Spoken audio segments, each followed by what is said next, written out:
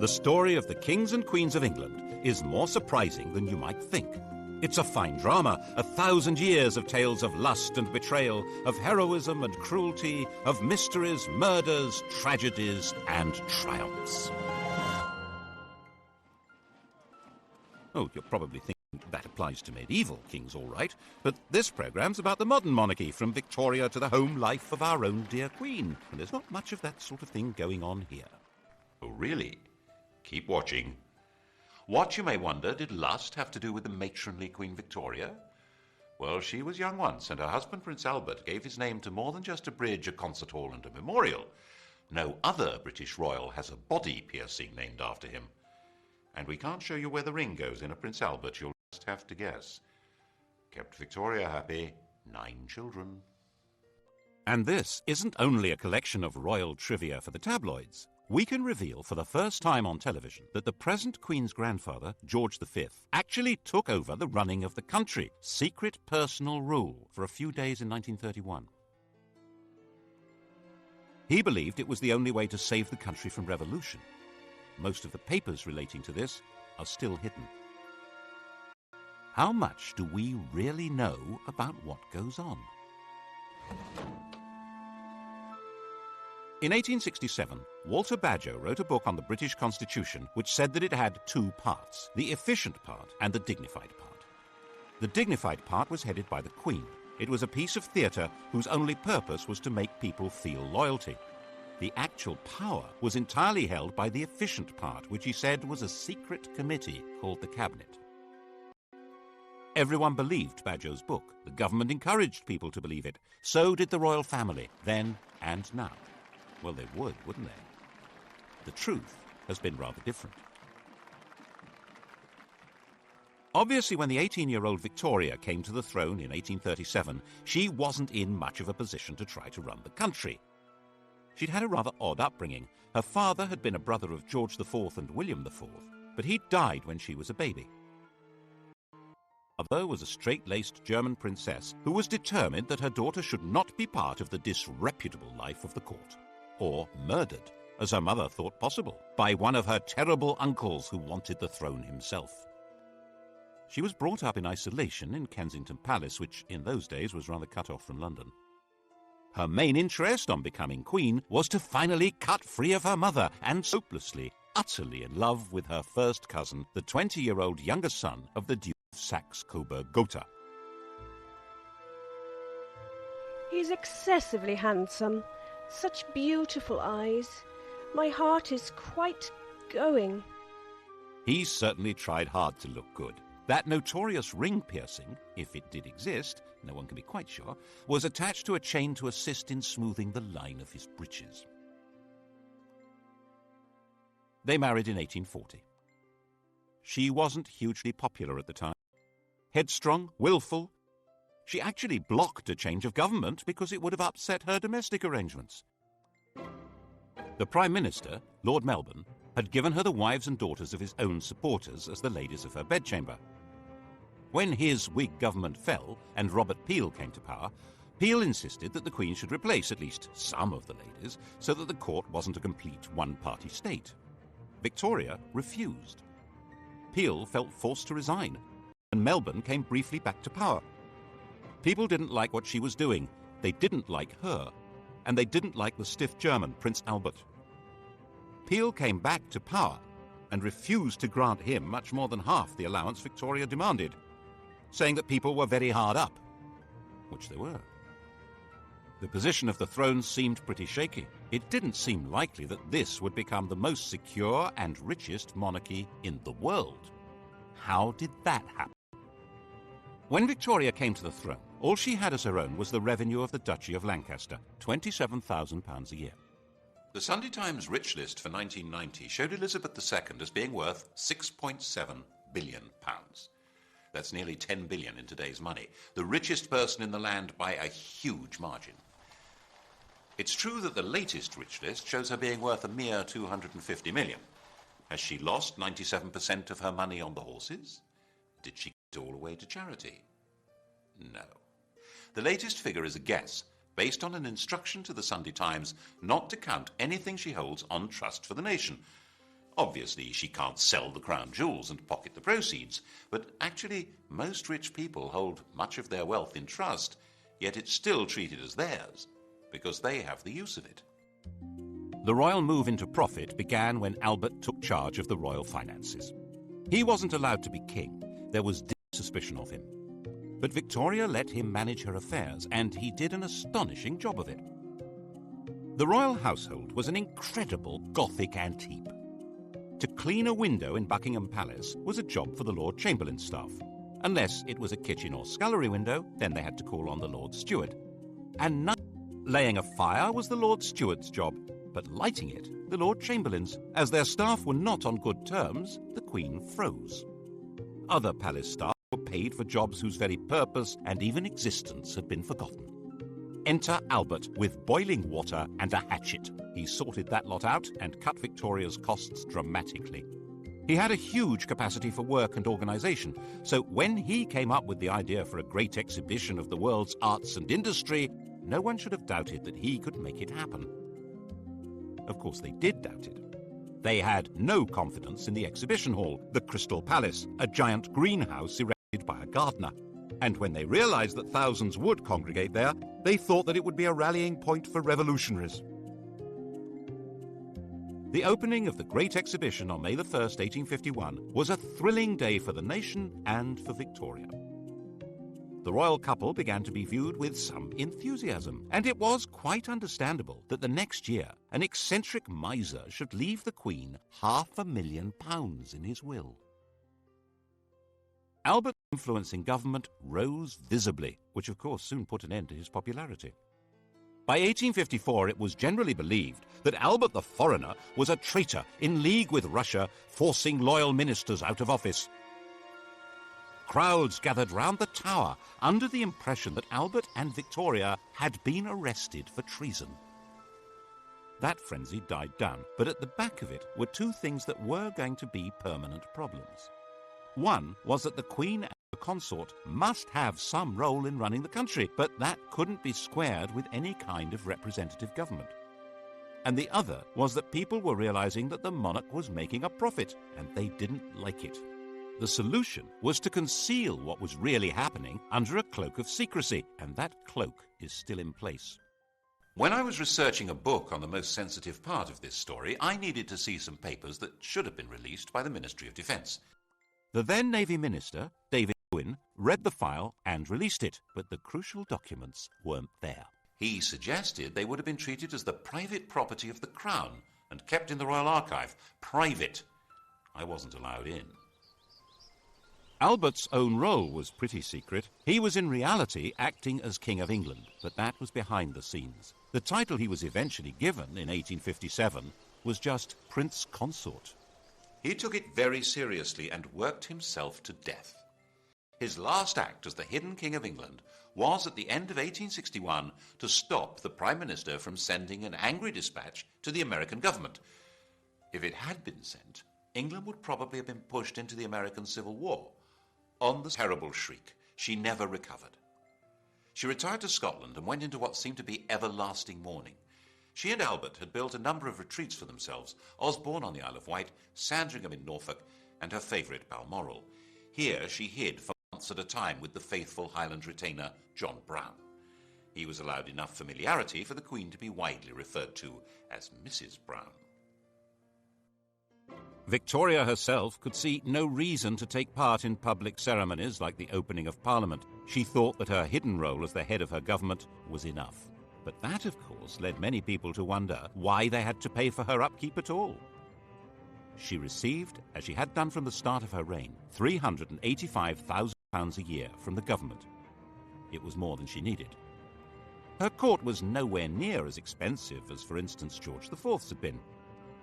And without her being visible, many people could see no point in her having this money.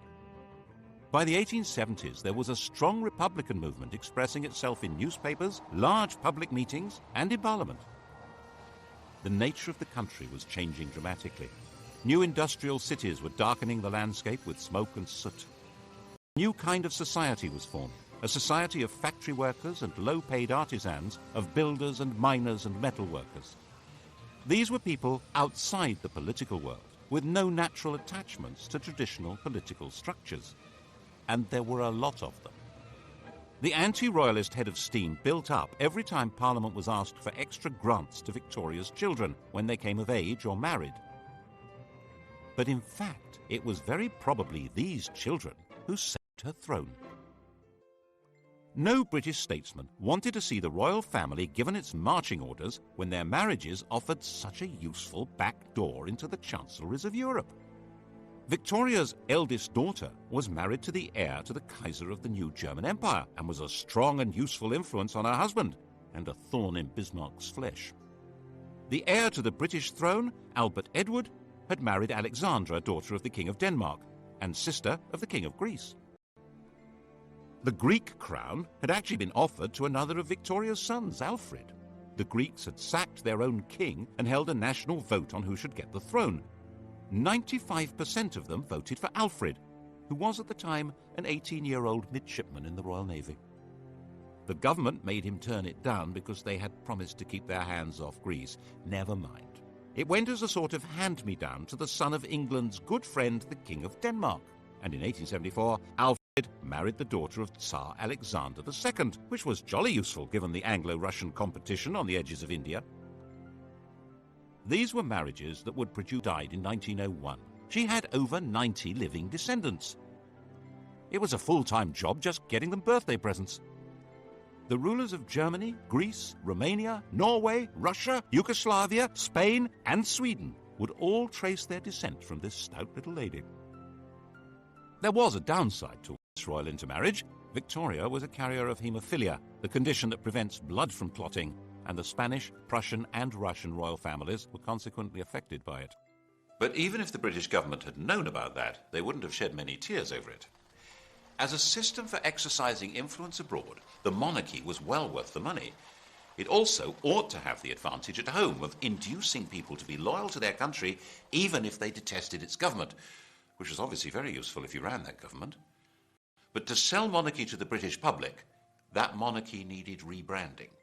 Enter, in 1867, a new Tory Prime Minister, Mr. Disraeli. Just the man to do it. He flattered, flirted, and lured Victoria out of mourning and back to public life, creating her Empress of India, turning her into the Queen Empress. Britain was now a world power with an international trade that dwarfed all others. Its navy dominated the oceans, and its empire expanded on the simple principle that trade follows the flag. And if the Union Jack is flying in each remote corner of the globe, then other flags aren't.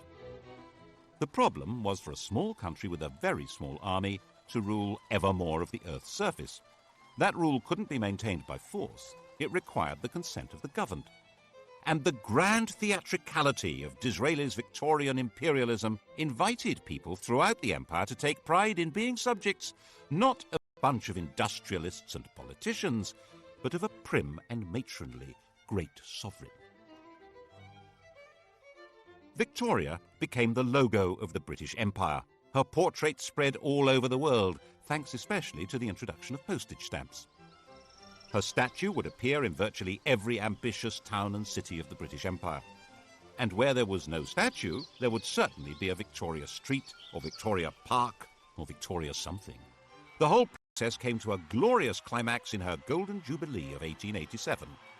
The great processions in London of representatives of her dominions were followed by an eruption of ugly public halls, clock towers, fountains and statues, disfiguring public spaces over about a quarter of the planet. By the time Victoria died, hardly anyone even remembered that her throne had once seemed endangered.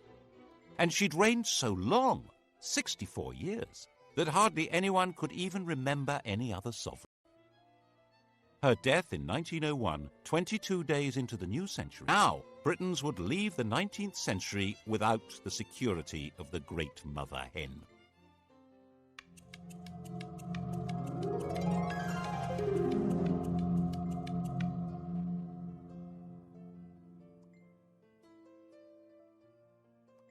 Victoria would cast a long shadow. Elizabeth II, coming to the throne 51 years later, would be the first of her successors who had no personal memory of her. Her oldest son, Albert Edward, the new King Edward VII, was already 59 years old. The funeral of the Queen Empress and Edward's coronation involved a huge invention of traditions and ceremonies. And in this atmosphere, it's not surprising that Edward was granted an annual allowance even greater than Victoria's. A few voices said that it was unnecessary for the king to have as big an income as Andrew Carnegie, the Bill Gates of his day, but no one took much notice. Edward had been given a miserable and oppressive childhood. Victoria had measured him by the impossible yardstick of her hero worship of the perfect man, his father. Naturally, young Bertie had rebelled. Of course, his first visit to a prostitute shocked his parents deeply. It happened to be followed by Albert's fatal illness, which Victoria had inevitably blamed on her wicked son. She had arranged marriage shortly afterwards in the hope that domestic discipline would rein him in. Princess Alex of Denmark was beautiful, but she was also deaf and dull company. With nothing much else to do, Bertie had become the living epitome of the life of the Belle Époque, a life of champagne drinking, cigar smoking, horse racing, gambling and entertaining showgirls and pretty married ladies. He was naturally drawn to the company of outsiders, not just shady characters, but Jews and Catholics, bankers and foreigners, and he was outspokenly outraged by the casual racism of the empire. Because a man has a black face and a different religion than our own, there is no reason why he should be treated as a brute. He sat on a commission on working-class housing and even invited a member of the working class to stay at Sandringham. Admittedly, the man in question was an MP and a fellow member of the commission, and he had to eat in his bedroom because he didn't have the right clothes to come down to dinner. But still... By the time Edward came to the throne, he was a big, fat old man with a social conscience and a comforting mistress, Alice Keppel, who understood him perfectly. Edward saw himself as something like a nursery rhyme monarch, magnificent and jolly, caring and helpful. In 1903, completely ignoring his government, he went to France and started negotiations for a treaty that would become the Entente Cordiale, isolating Germany. He detested, which guaranteed that if Germany attacked France, Britain would go to war. So that's what happened in 1914. He determinedly resisted any increase in democracy in Britain and was a firm opponent of votes for women. The crunch over his reactionary views came when Lloyd George planned to introduce old age pensions in 1909. To raise the cash, there would have to be new taxes on income. The Tory majority in the House of Lords voted down what was called the People's Budget, and when the Liberal government drew up legislation to take that power away from the Lords, they voted that down too, obviously. So the Prime Minister told the King he needed to create about 250 new peers to swing the vote. Edward was not enthusiastic. Would he actually defy the government? In May 1910, in the middle of the battle, he died. In 1910, Edward's 44-year-old son George inherited the throne.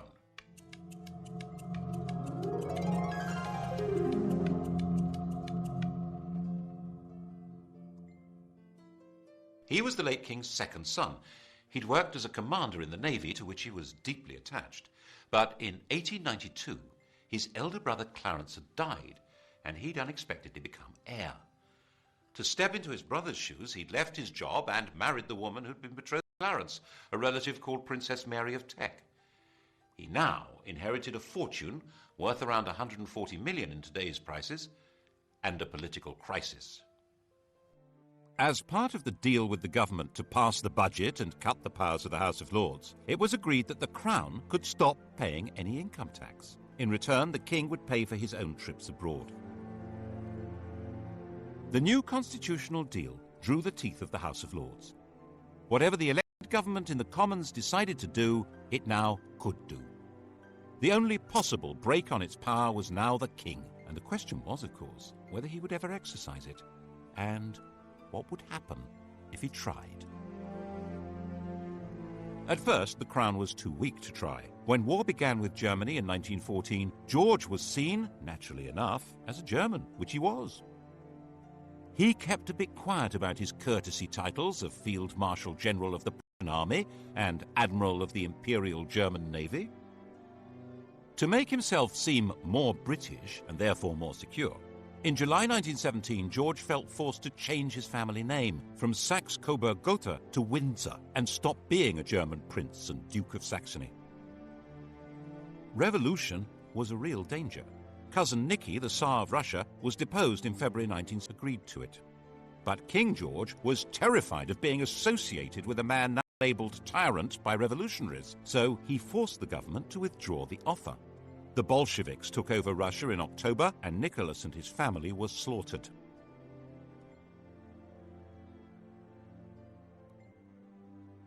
To protect the king's reputation, it was put about that Lloyd George had refused to rescue them, despite the king's pleading. Then in November 1918, a German revolution forced the Kaiser, Cousin Willie, to abdicate, and Germany gave up the war. The whole political landscape had been transformed. There had been 6 emperors when George was crowned. By 1925, he was the only one left, and his world was not exactly safe. Most of the Southern Irish were committed Republicans. Attempts to hold that country by force were disastrous, and in 1922 the Irish Free State had come into being. King George had lost a considerable chunk of his kingdom. The wealth of the royal family continued to grow, due largely to Queen Mary's enthusiasm for collecting valuable trinkets at special prices. The Romanovs hadn't been allowed to join the British royals, but a substantial chunk of their jewellery did. People began hiding their treasures if the Queen was coming to call, as she would hint strongly that she expected to be given them, and sometimes take them anyway, so that embarrassed aides had to quietly return them later. In 1924, Ramsay MacDonald became Britain's first Labour Prime Minister. The old political establishment had been given a kicking. No one knew where this might lead. And then came the Wall Street crash of 1929 and financial disaster. The government needed huge loans, which were conditional on cuts in unemployment benefit and the pay of public servants and the armed forces. The Labour cabinet wouldn't do it, and MacDonald went to the King to resign. George was pretty sure this was a decisive moment. If these harsh policies were forced through by Conservatives, class war would probably break out. Everything, including himself, might very well be swept away. So he refused to accept the resignation. He persuaded Ramsay MacDonald that it was his patriotic duty to stay on as the leader of a new coalition government to force through the cuts. That way, they were more likely to be accepted. This was an extraordinary exercise of royal power, and it wasn't over yet. When the cuts were announced in September 1931, the entire Atlantic Fleet went on strike. This was the most powerful military force in the world, and it was gathered at Invergordon. There was total panic in the Admiralty. Mutiny! The intelligence service, all the disaffected, including the police, on the way. The financial markets went into a tailspin, and the Bank of England was forced to stop exchanging pounds for gold, going the gold standard. The Admiralty drew up plans to bombard the mutinous fleet from the land and sink its own ships. And the King decided he had to save the Navy and the country. He knew sailors. They weren't revolutionaries. They just needed to be spoken to in the right way. In complete secrecy, he took control, appointing a retired admiral to deal with the situation. Admiral John Kelly was not appointed by the government or the Admiralty and was instructed not to report to them, but directly to King George. He offered the sailors a deal. If they sailed back to their home ports, the King would see to it that their grievances were taken seriously and they would not be punished. It was a sensible approach, and it worked. But all evidence of the King's role and Kelly's appointment was hidden. We're not supposed to know what power royalty can wield. Of course, the bit about mutineers not being punished was a lie. Once the danger was past, the leaders were identified and quietly removed. The following year, 1932, King George gave the first Christmas radio message. He was now a presence in homes throughout his empire. The empire had changed its form, of course, and in 1931 the dominions, the white bits of the empire, Canada, Australia and so on, had become legally independent of Westminster. They were the Commonwealth, and the sovereign was its institutional core. As part of his programme to make the monarchy seem British, and so he hoped more secure, he decreed that his children need not marry partners of royal descent. This would indeed transform the position of the monarchy. But but not in the way he expected.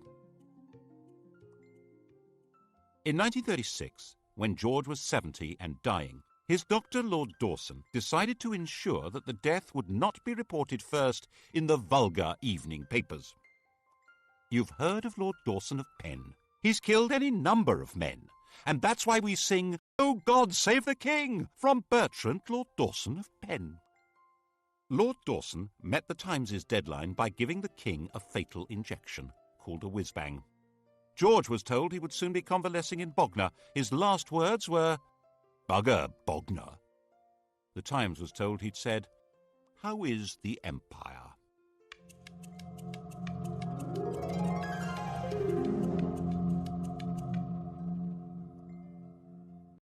His successor, his son Edward, was 38, the poorly educated child of rather dysfunctional parents. The Queen had been completely distant, and King George famously said, "My father was frightened of his father, I was frightened of my father." Edward had escaped by travelling widely, and as the world's most eligible bachelor enjoyed affairs with a number of married women, culminating in the love of his life, the twice-married, elegant American Wallis Simpson.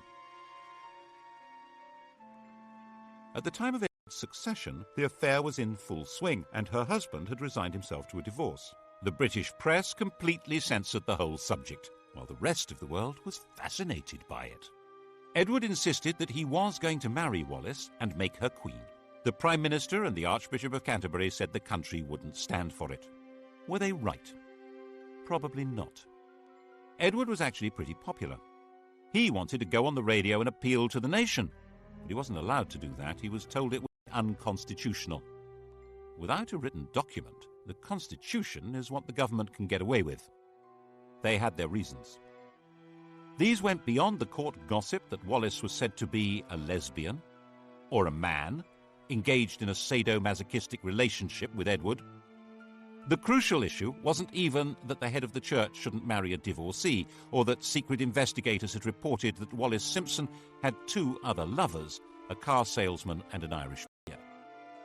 The real reason only came to light in 2002.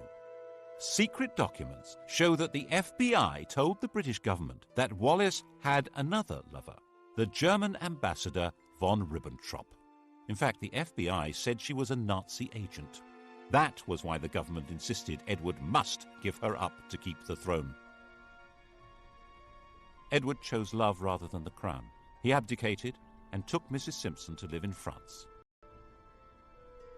The coronation went ahead, but with his brother Albert sitting on the throne.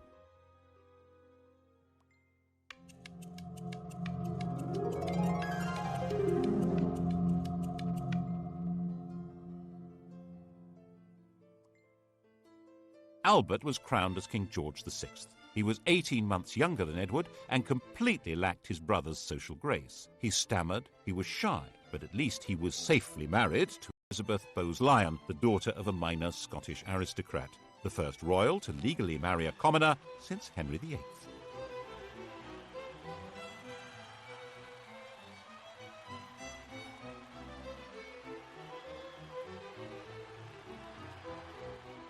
George didn't have much in the way of winning ways, but his wife, enraged at what Edward had done, was determined to help him through.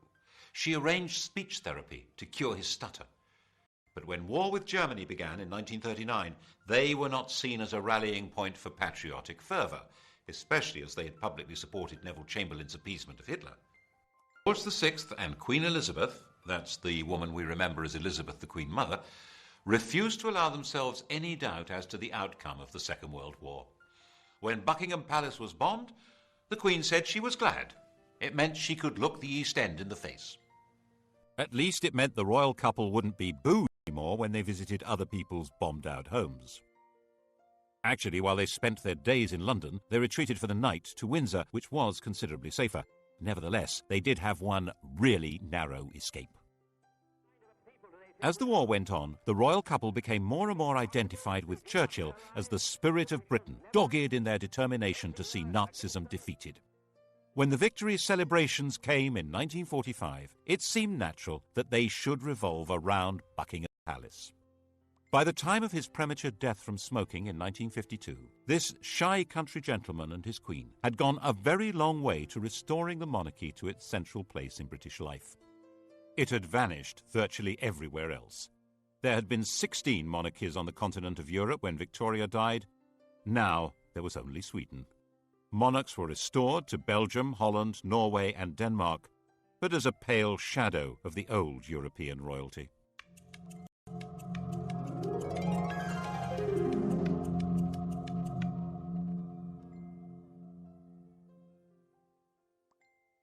The new queen, the 25-year-old Elizabeth II, seemed to be a fairy tale remnant of a lost world of glamour. Her coronation was a celebration of pageantry itself in a country that was a vast bomb site. 4 houses out of 10 had been damaged or destroyed. It was even shown on the new medium of television, though the Archbishop of Canterbury feared men would watch in pubs without removing their hats. By her side in the coronation coach rode her husband. Like Albert, he would never be crowned. Philip, Duke of Edinburgh, was from the Greek and Danish royal house of Schleswig-Holstein-Sonderburg-Glucksburg. He had no surname. He was given the name of one of the branches of Elizabeth's family, Mountbatten. There was no question of the Queen becoming a modest suburban sovereign like the restored European royals. George's widow was sure her daughter should be regal and grand. Royalty required flunkies and castles and palaces and golden coaches. She herself made do with 6 cars, 3 chauffeurs, 5 chefs, 2 pages, 3 footmen, 2 dressers, and 30 secretaries, maids, treasurers, and housekeepers. And she was absolutely dead set against royalty paying publicity from the governments of the day. In 1947, when Labour came to power, amid all the nationalisations and the class war declarations of "we are the masters now," had come an agreement that the government would take over the cost of running Buckingham Palace. Now the Conservatives said the government would take over the cost of the royal train and royal visits abroad, and freed the Queen from paying tax on property, apart from rates on Sandringham and Balmoral. In Edward Heath's time as Prime Minister, it was officially stated for the first time that the Queen pays no tax. In 1973, she was exempted from the new Companies Bill that could force shareholders to identify themselves even if they hid behind the names of nominees. Her shares are hidden in a company called the Bank of England Nominees, which can only be used by heads of state and is uniquely exempt from disclosure laws. And in 1965, when a Labour government introduced capital gains tax, they declared that the Queen is exempt. Under these arrangements, immense and unknowable riches were built up. She has, for example, 600 works by Leonardo da Vinci. We're told these riches are not really hers because she's not free to sell them. But most of the royal collection is never publicly displayed. Why? Whose interest is being served? It obviously means the monarchy can put on a heck of a show that goes far beyond their demand on the public purse, and they don't need to run the risk of asking us to fund the whole thing from taxes. We each contribute 61 pence a year at the last count.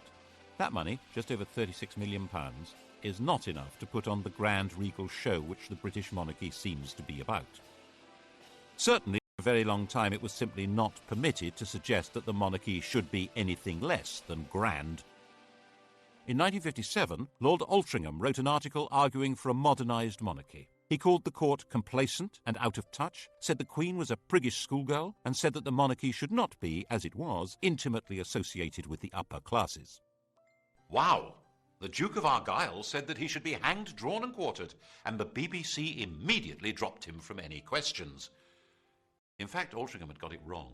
Lavish splendour was just what most of the public wanted from their monarchy. They would have despised a queen on a bicycle. They wanted to be deferential. They probably still do. And there were 20 more years of this kind of thing to come. In 1977, the year of the Queen's Jubilee, the Sex Pistols' anthem "God Save the Queen and Her Fascist Regime" was banned from being broadcast, even when it outsold all other records. The imperial title had already disappeared in the days of George VI, when India and Pakistan became independent. The empire became the Commonwealth, and of the 58 past and present members of that vague organisation, only 16 have Elizabeth as their head of state, and falling. Why did it matter so much to protect and sustain royalty? Partly, perhaps, it's more to do with the Queen herself than the institution of monarchy. Elizabeth I, Victoria, Elizabeth II, the rule of elderly matriarchs seems to be particularly proper to the English. And it may provide important social glue. As the population of Britain became more heterogeneous, with substantial immigration from Commonwealth countries by people who feel excluded from political life and often from the legitimate economy, perhaps there was a hope that the Queen would be a focus of patriotic attachment. After all, she's the linchpin of the Commonwealth, its graciously enthusiastic figurehead. And promoting the image of a glamorous and golden royalty above and outside politics that is synonymous with Britain may be a very useful way of creating legitimacy for a state that might otherwise look rather shabby. The last great moment of this Mrs. Camilla Parker Bowles, Alice Keppel's great-granddaughter.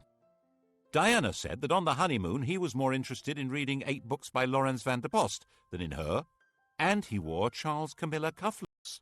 And when she became distressed, she felt strongly that the royal family turned against her. In 1992, it all blew apart in what the Queen called her annus horribilis. Her second son, Andrew, separated from his wife Sarah Ferguson, who was pictured topless being kissed by her financial advisor. Her daughter, Princess Anne, divorced Captain Mark Phillips. Charles and Diana split up, with spectacular accusations being made in the press and on television. And Windsor Castle caught fire. That was when the ground really began to shift. At least when it was explained that the £40 million repair bill would be paid by the public, there was a huge collective breath of, "No, it won't." And so the Queen decided it would be much the wisest thing to offer to pay 70% of the cost. She opened up some of her homes to the public to raise the cash. There was still astonishingly little direct criticism of the Queen. In an age when television and the press have the power to pull down anyone, the Queen and her mother were treated with respect, even devotion. But the rest of the royal family had become fair game and were subjected to a ferocious assault of public humiliation. Why did we support the royal family and all their wealth? Why were we giving them all this money? The press pack was baying at their heels and refund the parliamentary allowances received by other members of the royal family. But things didn't get any better. And the Queen herself began to be criticised in 1997, when Princess Diana was killed in a car crash in Paris. We all remember the shock and horror and the debate about the lack of public reaction by the senior members of the royal family. There was a widespread feeling that at that moment they were not in fact part of the nation. Was the programme started by George V of integrating the monarchy into the life of the nation coming unravelled? Instead of the monarch playing the role of warning and advising the Prime Minister, which is supposed to be her constitutional role, the Prime Minister warned and advised the sovereign to take public action. She had to be seen to grieve, or the monarchy itself might be in danger. And now we wait to see what happens next. The heir to the throne and his mistress are forever tainted with the image of the princess that was publicly destroyed. The Queen is an old lady, with a reign that begins to rival Victoria's in length. Can anyone be certain that the country would accept her son as king? There's always been a bargain at the heart of monarchy in this country. The monarch has always been dependent on the people. That bargain has been the key to survival. It began when William the Conqueror realised that he and his friends couldn't actually run a country where they didn't speak the language, or know the laws, traditions, or even the geography. It was restated in a series of crises in which monarchs who tried to rule without consent were simply dumped. Matilda, Jane Grey, Richard Cromwell, James II. And to give that consent, people need to feel that the sovereign is entitled to be there and respects laws even though no court can enforce them. Laws which today probably include having to pay tax. Partly, of course, the institution is sustained by the character of the Queen herself. Faced with enormous pressures and a job from which there is no possibility of rest, she has retained a calm resilience and exquisite constitutional carefulness which guarantees her a respectful place in history. Then what? The British monarchy is certainly a great addition to the gaiety of nations. Partly as a soap opera, partly as a walking, talking anachronism that makes other heads of state visibly uneasy. But it does come at a price. And whether the price is too high for the continued survival of this most extraordinary form of government, well, that, of course, will be the surprise ending.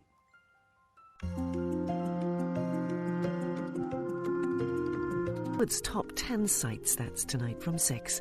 Coming up, the story of the strongest, sharpest blade that's ever been made, a decisive weapon.